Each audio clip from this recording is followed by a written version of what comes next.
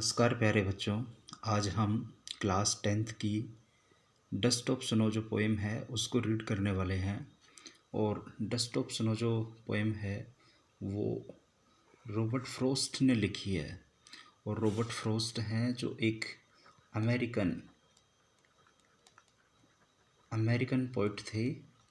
उन्होंने लिखी है ये। और इस कविता के माध्यम से वो हमारे को संदेश देना चाहते हैं कि जो इल ओमिनियस थिंग है, अर्थात जिन चीज़ों को हम कई बार बुरा संकेत मानते हैं, वो भी हमारे लिए बहुत क्या होती हैं, फ़ायदेमंद होती हैं और हमारे लिए अच्छी तरीके से काम करती हैं। तो इस कविता का हम हिंदी ट्रांसलेशन देखते हैं। द वे ए क्रो सुक down on me the dust of snow from a hemlock tree. सबसे पहले तो हम इस कविता के अंदर जो दे रखा है, यहाँ आप देखेंगे ये क्रो है, ये मी है, ये स्नो है, ये ट्री है। तो इसको अपने को गौर से देखना। ये राइम स्कीम वाले वर्ड हैं। आप देखेंगे तो क्रो, मी, स्नो और ट्री। तो यहाँ सबसे पहले क्रो जो वर्ड है, क्रो स्नो।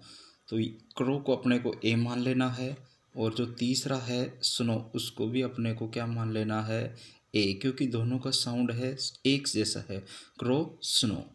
मी का साउंड है, इसको अपने को बी मान लेना है। और ट्री का जो साउंड है उसको भी अपने को बी मान लेना है। तो सब इसका जो राइम स्कीम है वो हो गया अपना ए बी। फिर इसके बाद में इस स्टेंजा की भी अपन राइम स्कीम की बात कर लेते हैं।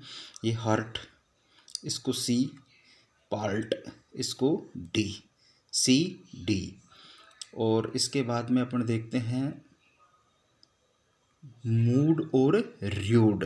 हार्ट और पार्ट है, उन दोनों की ध्वनि एक है तो ये सी रहेगा। सॉरी, इन दोनों की ध्वनि एक है तो ये दोनों क्या रहेंगे, शी रहेंगे, हार्ट पार्ट।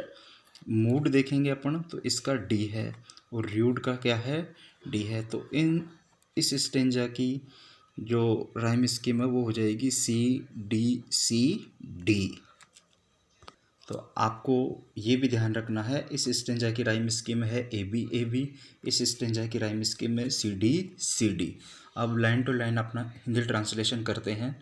तो इस कविता का भावार्थ थोड़ा सा मैं आपको बताऊं कि कवि है, एक दिन एक पेड़ के नीचे से जा रहे थे और वहाँ उन्होंने देखा कि एक कौवा बैठा हुआ है और वो कौवा उनके ऊपर कुछ बर्फ़ गिरा देता है। वो हेमलॉक ट्री पे बैठा हुआ कौवा था।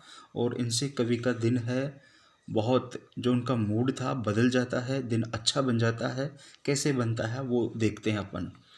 द वे एक क्रो, यानी एक तरीके से एक कौवा है, सुक डाउन, हिला करके गिरा देता है, ऑन मी, मुझ पर, द डस्ट ऑफ स्नो, बर्फ़ की धूल, डस्ट ऑफ स्नो, बर्फ़ की धूल, फ्रॉम ए हेमलॉक ट्री, यानी एक हेमलॉक पेड़ पर से। यानी कि एक कौवा है जो हेमलॉक के पेड़ पर बैठा हुआ है और वह उस पर से कवि के ऊपर कुछ बर्फ़ के कण या बर्फ़ की धूल गिरा देता है।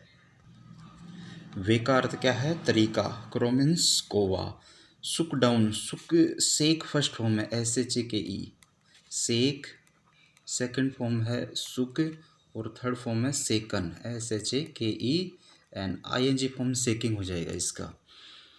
सुक हिलाना हो गया, डाउन नीचे, ऑन ऊपर, मी मुझ पर। और ये मी है पोइट के लिए आया है, ये भी आप ध्यान रखिए, पूछ सकता है मी किसके लिए आया है, पोइट के लिए आया है। डस्ट का अर्थ होता है धूल। स्नो मीन्स बर्फ। हेमलॉक ट्री एक क्या है, एक पॉइजनियस पेड़ है, जहरीला।